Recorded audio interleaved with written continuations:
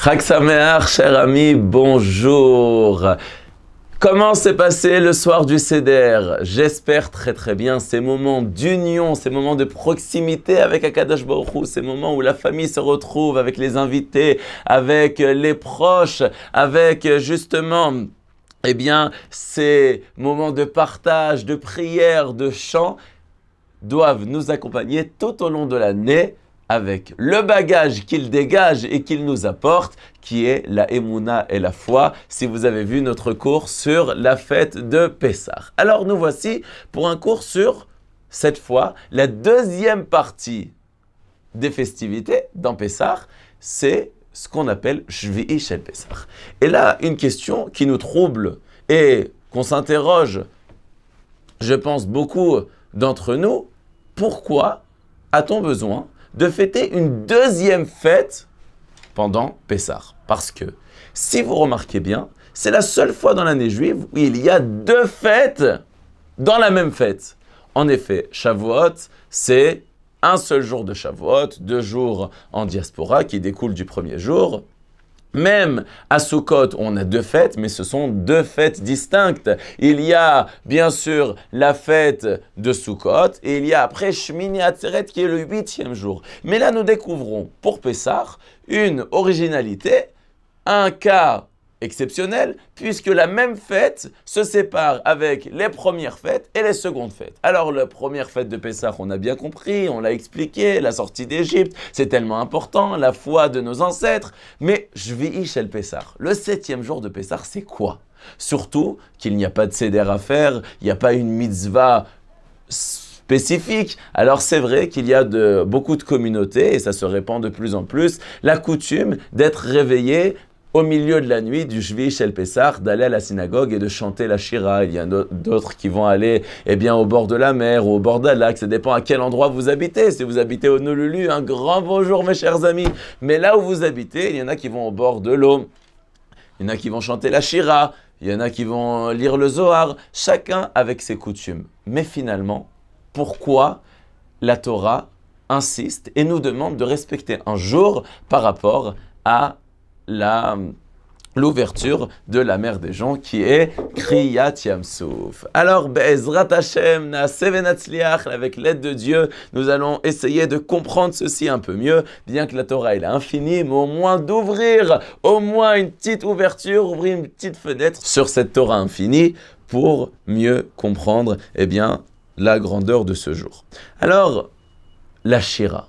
La Shira qu'on récite, Shvi'i Shel Pessah, c'est le jour où la mer s'est ouverte. On chante dans chacune des communautés, chacun avec leurs coutumes, chacun avec leur nigun. Chez les Sfaradim, ce qui est bien connu, Vaz Yasher Moshe Uvene Yisrael et Ashira Azot L'Hashem Vayomru Lemor. Et chez les Alsaciens, qui est ma coutume, en vérité, on va dire Oshira l'Hashem ki gogo, Suzrochevo, Romo vayom, chez les Lituaniens, chez les Chassidim, chacun, on va pas perdre de temps, c'est pas un cours de chant, mais en tout cas, on voit que chacune dans les communautés, on chante d'une manière spéciale pour marquer justement Shvi'i Shel Pessah. Mais ce qui est intéressant, c'est que le premier verset de la Shira, Vayosham Bayom Ahu, Bayom Ahu. Ce jour-ci, Hachem, il a secouru le peuple juif. Pourquoi on insiste tellement Bayom Ahu? C'est bien sûr ce jour-là qui s'est passé l'ouverture de la mer des gens. Pourquoi on dit Bayom Ahu? Et là, il y a une explication très belle du saint Or HaChaim Akadosh, parce que ce n'est que ce jour-ci qu'il y a eu le secours du Ham Israël. En effet, le peuple juif est sorti d'Égypte, oui, vrai. Mais ce n'était pas encore la liberté totale.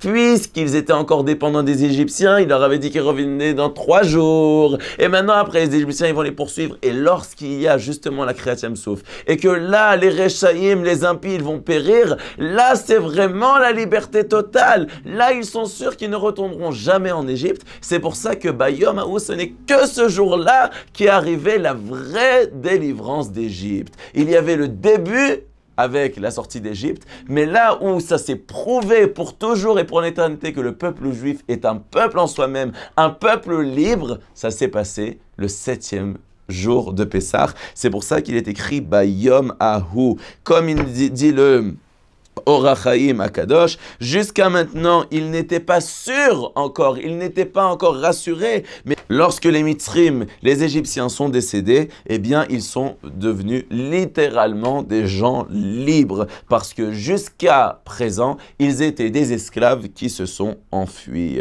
Donc, on voit justement que il est rapporté dans le commentaire de la Hakeda, sur la Haggadah de Pessah, que on dit dans la Haggadah de Pessah, on parle de toutes les grandes choses qu'Hachem il a fait, et par Moragadol, il est écrit comme ça dans la Torah, c'est Gilui Shrina, c'est-à-dire qu'il y a eu une apparition, si l'on peut dire, de la présence divine. Qu'est-ce que ça signifie? Et là, de nous expliquer le Baal HaKedah, qu'à l'ouverture de la mer des Joncs, il y a eu cette révélation de la présence divine. Et jusqu'à ce moment-là, puisque le peuple juif était inquiet, était anxieux, avait peur, puisqu'ils étaient encore sous domination égyptienne, même à distance, c'est que à ce moment-là où les Égyptiens ont péri et qu'ils les ont... ils n'étaient plus là pour les rendre des esclaves, là, ils ont pu voir la grandeur du Saint béni soit-il. Avec ceci, le Mahagelet Tzedek, le Rav Karl Einstein, Zecher Tzedek Kadosh Livracha, eh bien, explique qu'on comprend une halakha. Voilà. On va rentrer dans le monde de la halakha. Vous le savez qu'il y a une mitzvah de la Torah de mentionner la sortie d'Égypte 2 fois par jour.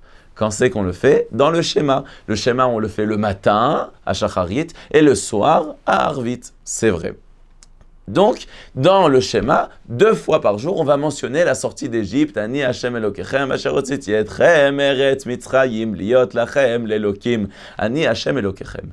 Maintenant, il est posé une question. Si quelqu'un n'a pas mentionné la sortie d'Égypte ce jour-là, on va dire aujourd'hui, quelqu'un, il a oublié de mentionner la sortie d'Égypte. Razé Shalom. Mais, il a parlé de l'ouverture de la mer, la Kriyat Yam Souf. Est-ce qu'il a fait la mitzvah ou il n'a pas fait la mitzvah? Alors, il est ramené dans le Magen Avraham, qui est un des grands décisionnaires, qui est un des commentaires sur le Shulchan Aruch. Le Magen Avraham dit, si quelqu'un n'a pas dit le Shema, il a juste dit l'ouverture de la mer, c'est comme s'il a mentionné la sortie d'Égypte. Mais il y a beaucoup de Mefarshim qui disent, mais quel rapport? Quel est le lien? Ici on parle de l'ouverture de la mer, ici on parle de la sortie d'Égypte, comme ça il dit Khatam Sofer, c'est ramené par Rabbi Akiva Eger. Mais le Mahagelet Tzedek nous répond non, parce que puisque la sortie d'Égypte ne s'est véritablement terminée, elle est arrivée à son apogée le jour de la Kriyat Yam Souf. Donc cette Kriyat Yam Souf est liée à la sortie d'Égypte. Et si quelqu'un parle de la Kriyat Yam Souf, c'est la sortie d'Égypte, c'est le top, c'est le feu d'artifice, c'est la fin, c'est le summum de toute la sortie d'Égypte. Et on voit bien l'importance de ce jour de Shvi'i Shel Pessah. Et ce qui est incroyable, c'est ce qui nous fait remarquer le Maharal de Prague. Le Maharal de Prague nous dit que Shir, en hébreu, Shira, oui, ce chant qui a été chanté au moment de la Kriyat Yam Souf, Shir vient aussi du terme de Shirim Unezamin qui sont ramenés dans la Gemara. Shirim Unezamin, ce sont des boucles d'oreilles, ce sont même des bracelets qui ont comme qualité d'être circulaires. Shir, c'est ce qui va arriver à fermer le cercle.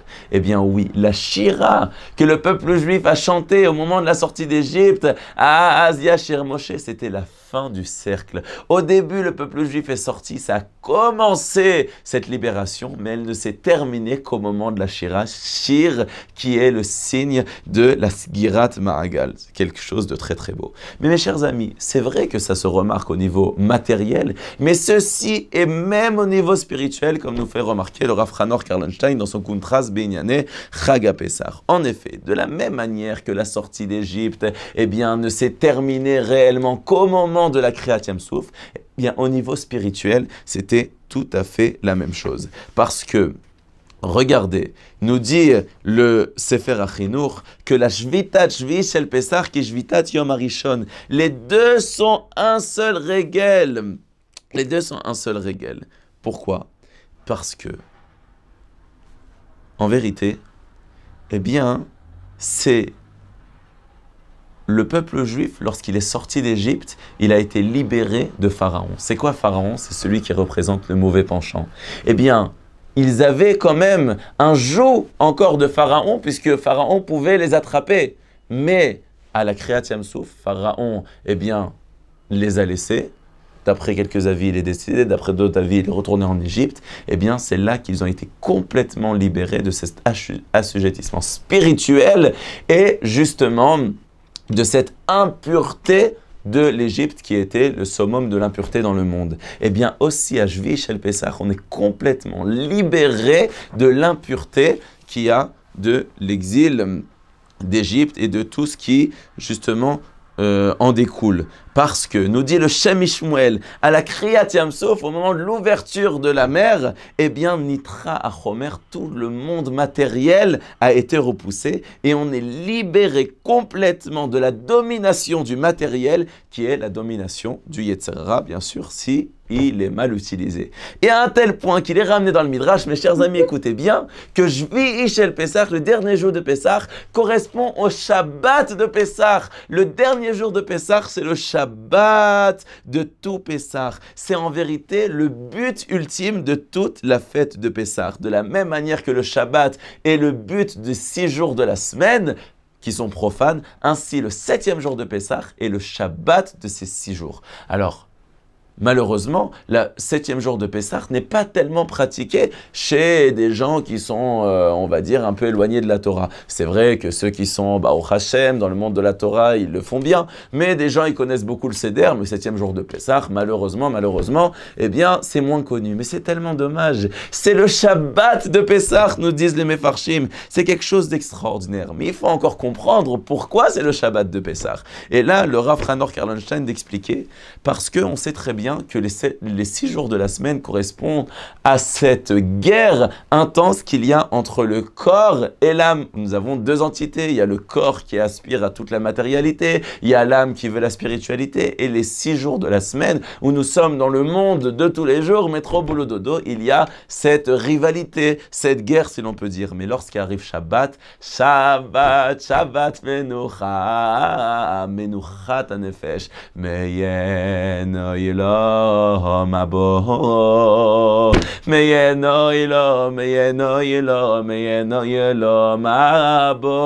c'est le goût de l'au-delà. Eh bien, le Shabbat, c'est le moment où on est libéré de tout ce combat Ba Shabbat Menucha. Et comme explique le Avnei Nezer, il faudrait revenir sur un cours que pour ça, que la lumière de Shabbat, c'est le Shalom Bayit. Pourquoi? Parce qu'en vérité, c'est le moment où le corps et l'âme vivent dans symbiose, dans l'osmose, dans le moment de liaison très très grande. Pourquoi? Parce que même le corps va aider l'âme à servir à Kadosh Baruch Hu. On va bien manger. C'est pour ça qu'on n'a pas de joug, donc on n'a pas de tfilin. Et c'est pour ça qu'on dit bien le Shabbat Shalom. Eh bien ainsi, Shvi'i Shel Pesach, c'est Me'en Olam Haba. C'est peut-être pour ça aussi que le Shvi Shel Pesach n'a pas de mitzvah. Parce que le Shvi Shel Pesach, c'est le moment où se dévoile l'amour de Dieu pour le Am Israël. Et c'est pour ça que nous sommes déjà dans le monde de l'au-delà. Comme il est écrit, d'où on apprend qu'il va y avoir la résurrection des morts, parce que la Shira, elle est écrite au futur. Az Yashir Moshe, Shvi'i Shel Pesach, il est ramené dans les Kadmonim. Le 7e jour de Pesach, il y a une lumière du monde du Messie, Be'ezrat Hashem. Et de la même manière qu'il est écrit justement que Shabbat, c'est Shvi Shel Pesach, eh bien aussi il est ramené que la Triat Hametim, la résurrection de mort, se déroulera pendant Pesach, Yeratzon, que ça soit cette année, Be'ezrat Hashem, 3330 ans, exactement depuis la sortie d'Égypte. Et donc, chaque année, à Shvi Shel Pesach, eh bien, on vit à nouveau, Me'en Olam Haba, en vérité, le goût de l'au-delà.